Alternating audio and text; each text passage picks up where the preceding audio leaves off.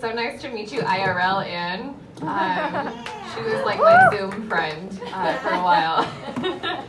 So I am a spoken word poet and MC. So I'm actually going to share a poem, and then I'm going to share the story behind the poem afterward. And mine's like, it's kind of sad, but it has a redemptive ending, so.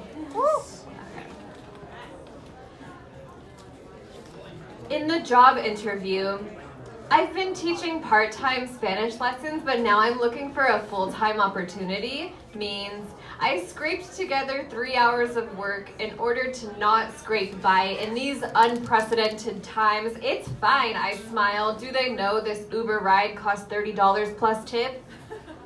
Every trip to the grocery store is a calculation of distance times weight divided by arms, plus or minus COVID risk if riding the bus, quadrupled by female walking outside in the dark. The only grocery delivery that accepts EBT is Amazon. Am I funding deforestation with my government money? I paid extra for glasses not made by prison labor at the Medi-Cal optometry.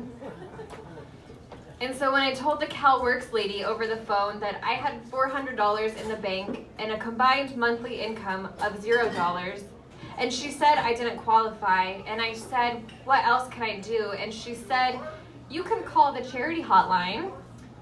And she said nothing, and I said goodbye, and I cried. Did she know that I wrote my master's thesis about charities? I wrote this poem in early 2021 in a workshop. It was inspired by another poet who had written a poem about choosing one day to walk instead of driving to the grocery store so that she could be more eco-friendly. But she realized as she was checking out that she hadn't thought about how she was going to carry all of those groceries home. I could relate so hard to the complicated, awkward math she had to do, but what I couldn't relate to, though, was that this was a choice for her. For me, it wasn't a choice. It had been a daily reality since February of 2020 when my car was totaled, and being recently unemployed, I couldn't afford a new one. Since March of 2020, when the pandemic hit and I was locked down with my mother, who I soon found out was obsessed with QAnon, and then my sister took her side. Since June of 2020, when I moved out of my mom's place into an illegal sublet, when I was on unemployment, when I started receiving food stamps, when my lefty roommate gave me the side eye for ordering from Amazon groceries, when I spent money that I didn't have on new glasses because the Medi-Cal ones are made in a prison.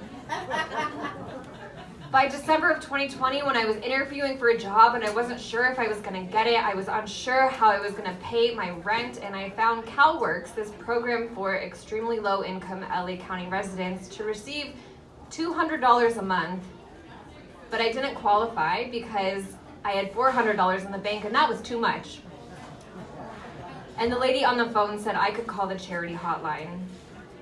I wondered what she thought of me. If she knew that I had a master's degree in international relations and development and that the bulk of my coursework was dedicated to studying about poverty eradication. And now I was living below the federal poverty line.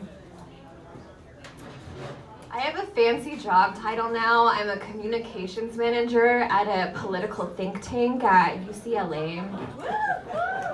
And I drive a non-fancy car.